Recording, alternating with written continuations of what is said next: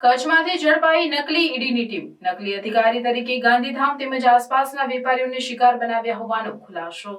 કચ્છમાં ચકચાર જગાવનાર નકલી ઈડીના દરોડા મામલે આજે પૂર્વ કચ્છ પોલીસે સત્તાવાર વિગતો જાહેર કરી છે. બનાવમાં ભુજના એક પત્રકાર, અમદાવાદની એક મહિલા સહિત 13 આરોપીએ બોગસ ટીમ બનાવી ઈડીના નામે દરોડા પાડી 25 લાખથી વધુની તફડંચી કરી હતી. કેસમાં હાલમાં 12 આરોપીની ધરપકડ કરી લેવાઈ છે, જ્યારે એક હજુ ફરાર છે.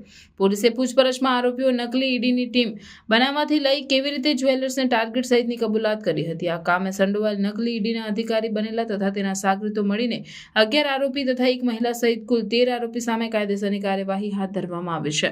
ચોરીમાં ગયેલ મુદ્દામાલ તથા ગુના કામે ઉપયોગમાં લીધેલા વાહનો સાથે 12 આરોપીને પકડી પાડવામાં આવ્યા છે.